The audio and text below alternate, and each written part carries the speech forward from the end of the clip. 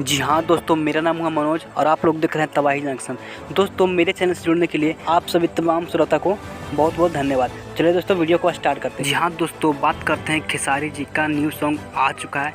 आप लोग नहीं देखें तो लिंक नीचे मिल जाएगा, आप लोग देख लीजिएगा वहाँ से जाकर। अब दोस्तों बात करते हैं इसमें सिंगर की, तो भोजपुरी के जाने माने कलाकार खेसारी लाल यादव और भोजपुरी की क्वीन प्रियंका सिंह ने मिलकर ये सॉन्ग को गाए हैं। तो दोस्तों ये बोलबम सॉन्ग का नाम है चली पिया गते गते। जी हाँ दोस्तों, चली पिया गते गते।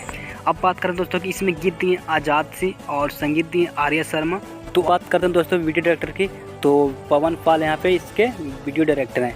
तो दोस्तों ये सॉन्ग है जो काफ़ी तहलका मचाने वाला है। तो चलिए देखते हैं कि ये कितने घंटा में ये 1 मिलियन पुरने वाला है। सो आई होप दोस्तों आपको मेरी वीडियो अच्छा लगा तो प्लीज़ चैनल को सब्सक्राइब करके बेल आइकन प्रेस कर दें।